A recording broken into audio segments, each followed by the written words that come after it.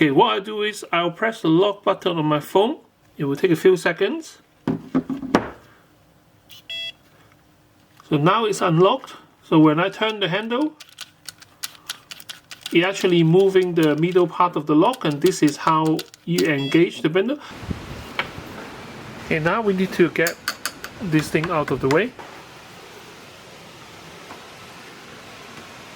At the moment I can't go in because it's locked. So there's 3 different ways to get into your own house with this kind of lock. And then they say unlocked.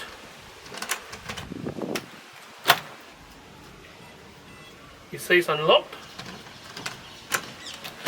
Press that, search for device, connect successful. I hear the beep.